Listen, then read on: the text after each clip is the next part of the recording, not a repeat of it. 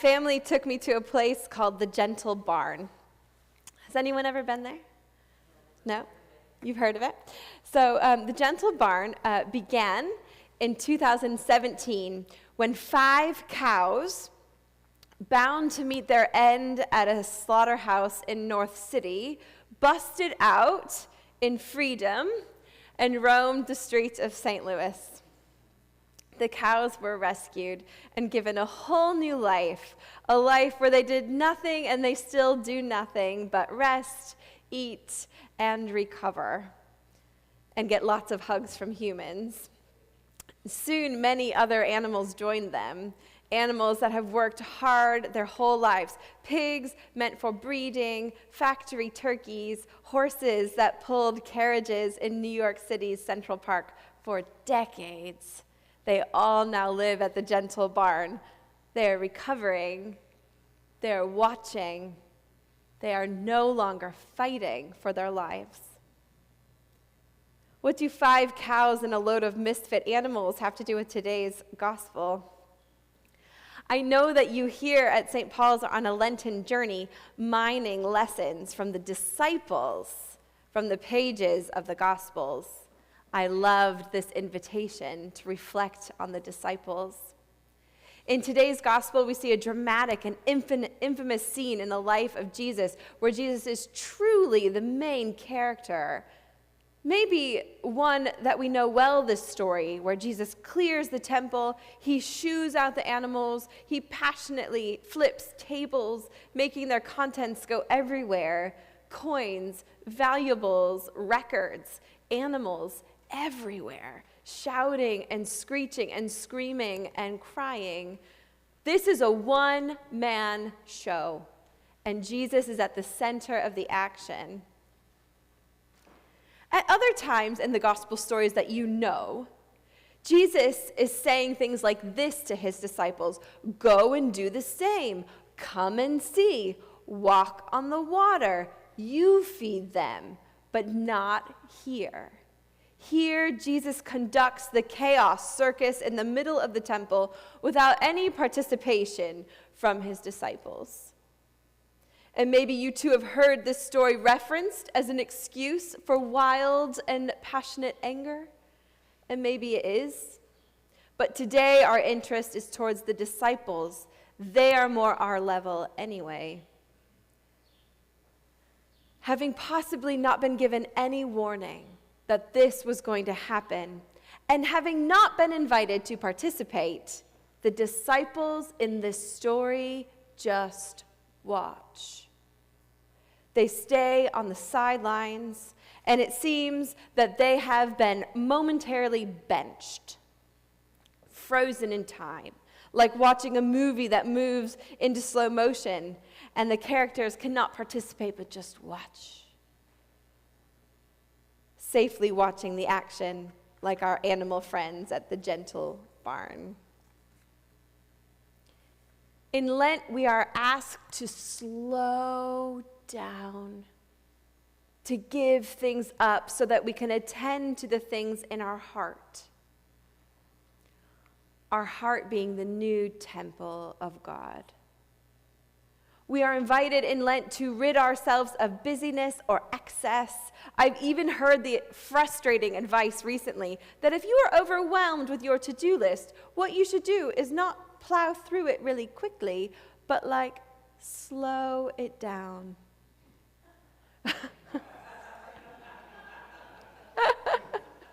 I laughed at it too. I know, right? We are meant to pace ourselves, and I don't know how to do this. The spiritual chaos is in here. And so in Lent or in other times of rest and reflection, I tend to speed up to avoid the discomfort of my own turmoil. I want to not watch Jesus make a complete and utter mess with the tables in my heart. I want to avoid seeing that at all costs, actually, because once I see, I cannot unsee that. And our hearts, which are now the new temples of Jesus Christ, his home, they tend to have tables set up, covered in all sorts of nonsense. To watch Jesus in our hearts, to pay attention, would mean to be privy to destruction, to new endings and new beginnings. I love that the disciples just watch this from the sidelines of the temple, trapped there almost. And it made me wonder what our faith would be like if instead of acting and being busy and always doing the next right, very logical thing, we would instead just watch and observe, what is it Jesus is doing? What if instead of assuming, this is my one to fight, we watch God fight it? What if instead of rushing right in, we, like the disciples, see what it is that God is doing for us, for our hearts, and for the world? Listen, I was really disturbed this week as I prepared this talk because I look at the news like you do, and I look at the state of my own heart. Am I really saying not to do anything? To just be passive, to not act for justice or speak for justice, to not feed the hungry or visit those in prison or clothe those who are naked? Am I saying to not work on our own selves? Not exactly. I'm saying that some battles are ours, and some battles are God's. And Lent is the time we beg for the wisdom to know the difference. We see an example of this in the Old Testament, a few chapters before what was read this morning in the book of Exodus. After Moses finally convinced the Pharaoh, do you remember, to let the Israelites go to have a festival in the desert, Pharaoh has a change of heart. With armies, he begins to pursue the Israelites who are at the bank of the river. The Israelites begin to freak out, and who could blame them? Here is Moses' response. Do not be afraid. Stand firm and see the deliverance that the Lord will accomplish for you today. For the Egyptians whom you see today, you shall never see again. The Lord will fight for you, and you only have to keep still. The Lord will fight for you. You only have to keep still. Prayer is something I've studied and practiced and still have no idea what I'm doing with it. I remember one particular breakthrough, though, came when a spiritual director said to me, "When you pray, Aaron, nothing is required of you. You don't have to arrive in a certain manner, have the right words or thoughts or plans. You just have to show up. Other than showing up, nothing is required." So this is one school of thought about prayer. In prayer, the work is done by God and not us. We must be still only. Our great participation is to be present and to be a witness. In Lent, we remember that this is our strongest posture. We, like the disciples, watch God clear the temple. We watch God fight our battles, and we watch God make a way in the water for our escape. Otherwise, we run a risk of thinking that we run the whole world when we can hardly run our own lives.